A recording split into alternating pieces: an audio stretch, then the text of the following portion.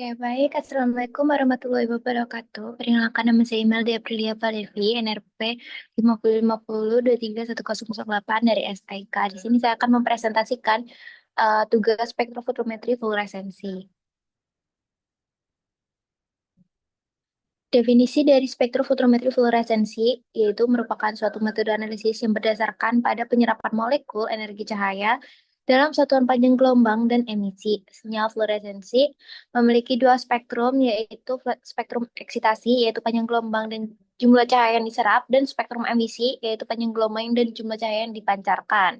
Spektrum ini sering disebut sebagai tanda fluoresensi senyawa majemuk atau sidik jari karena tidak memiliki dua senyawa yang memiliki tanda fluoresensi yang sama. Selanjutnya, prinsip spektrofotometri fluoresensi didasarkan pada fluoresensi dan fosforesensi, yaitu suatu proses emisi foton yang terjadi pada saat relaksasi molekuler dari keadaan elektrod dan yang tereksitasi. Proses fotonik ini melibatkan transisi antara keadaan elektron dan vibrasi molekul fluoresens poliatomik atau fluofor. Fluofor mempunyai peran penting dalam spektrofotometri fluoresensi. Fluofor merupakan komponen dalam molekul yang dapat mengakibatkan suatu molekul dapat fluoresensi, terutama molekul yang mengandung cincin aromatik seperti tirosin, triptopan, dan fluoresensi yang lain-lain.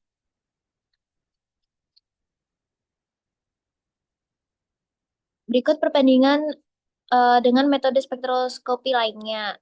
Dibandingkan spektrofotometri fluoresensi, spektrofotometri UV phase, spektroskopi infrared.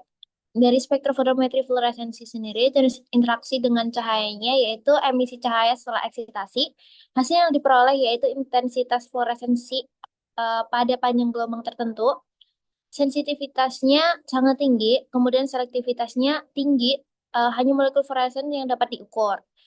Kemudian pada metode spektrofotometri UV phase, interaksi cahaya dengan cahayanya itu serapan cahaya. Hasil yang diperoleh yaitu absorbansi sebagai fungsi panjang gelombang, sensitivitasnya sedang, kemudian selektivitasnya rendah hingga sedang.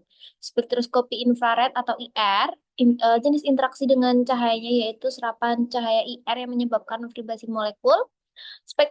Kemudian hasil yang diperoleh yaitu spektrum serapan IR sebagai sidik jari molekul, sensitivitasnya rendah, kemudian selektivitasnya tinggi, karakteristik setiap molekulnya unik.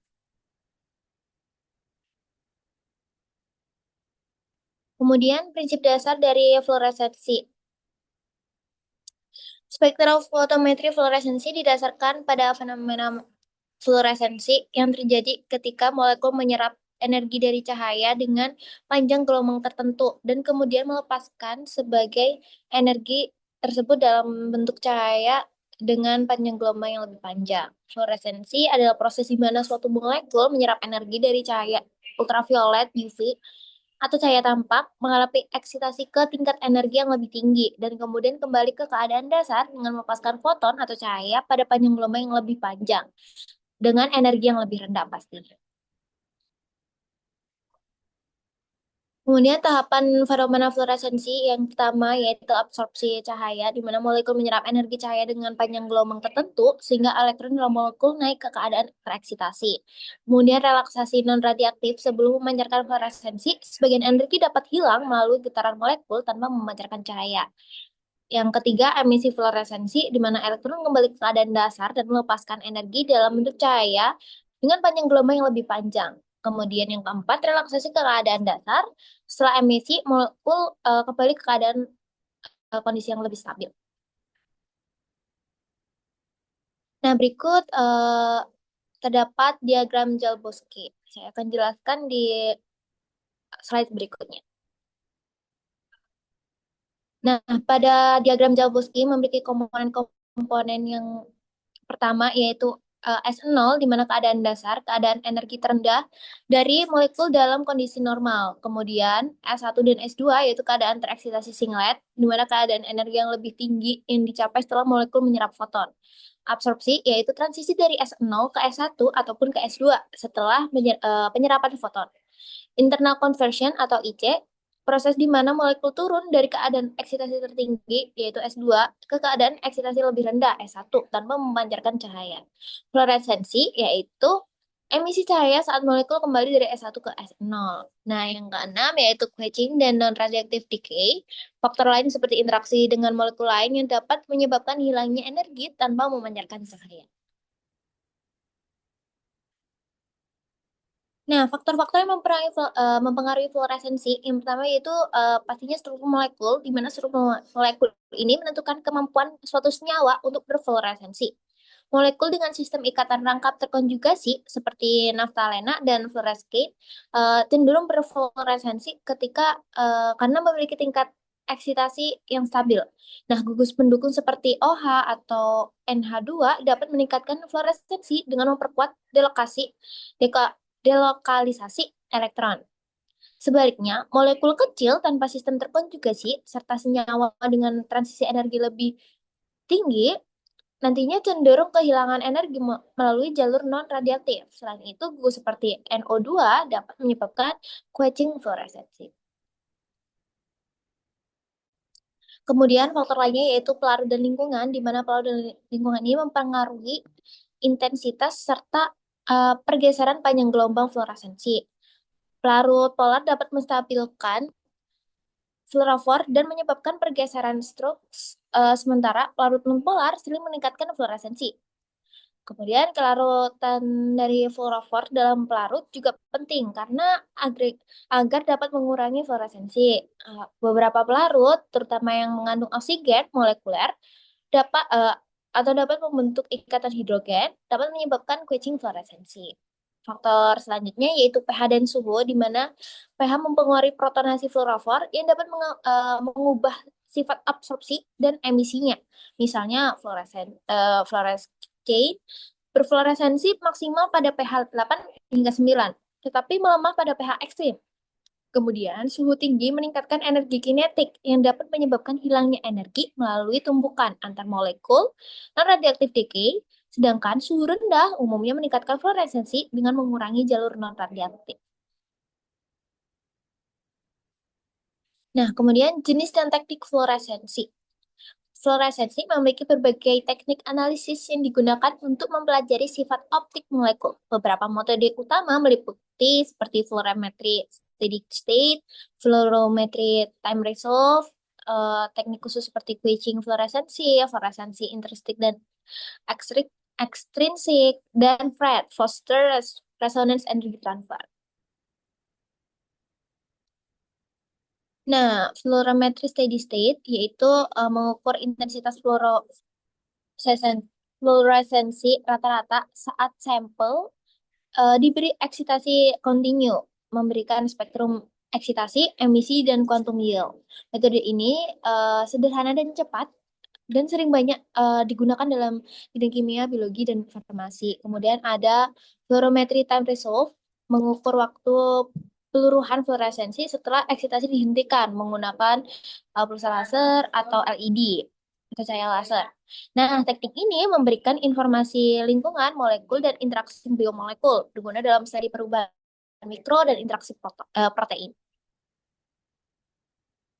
Kemudian quenching dinamis, uh, pemadaman fluoresensi akibat tumbukan antara fluorofor dan molekul quencher dalam keadaan tereksitasi. Contohnya adalah interaksi dengan ion logam berat seperti Cu2+, Fe3+, atau oksigen molekuler.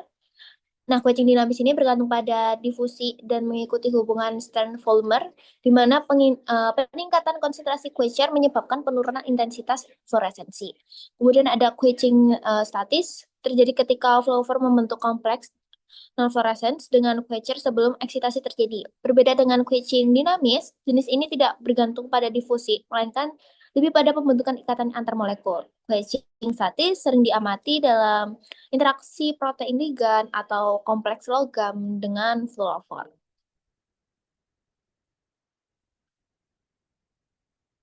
Kemudian fluoresensi intrinsik dihasilkan oleh molekul yang secara alami memiliki sifat fluoresensi seperti asam amino aromatik seperti triptofan, tirosin dalam protein atau NADH dalam sistem biokimia.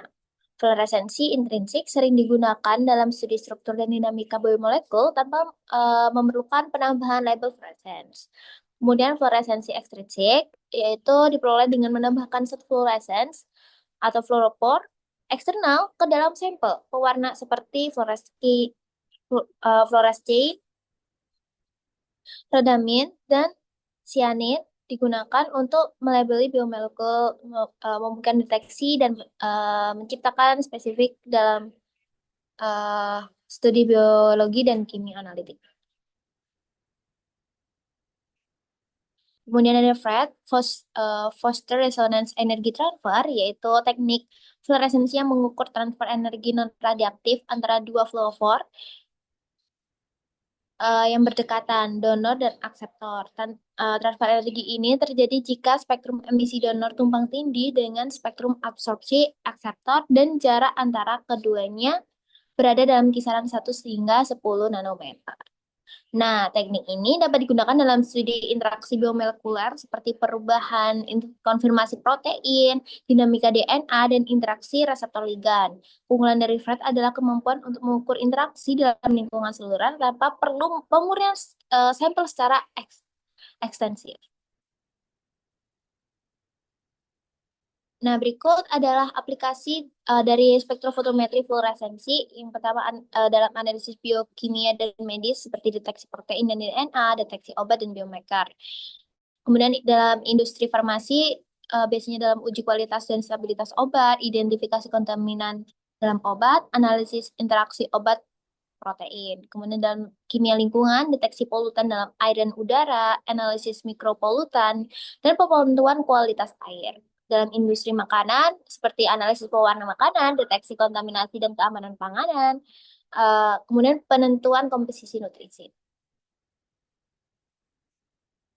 Nah, sekian presentasi dari saya. Mohon maaf jika banyak kesalahan dalam penyebutan kata. Terima kasih. Wassalamualaikum warahmatullahi wabarakatuh.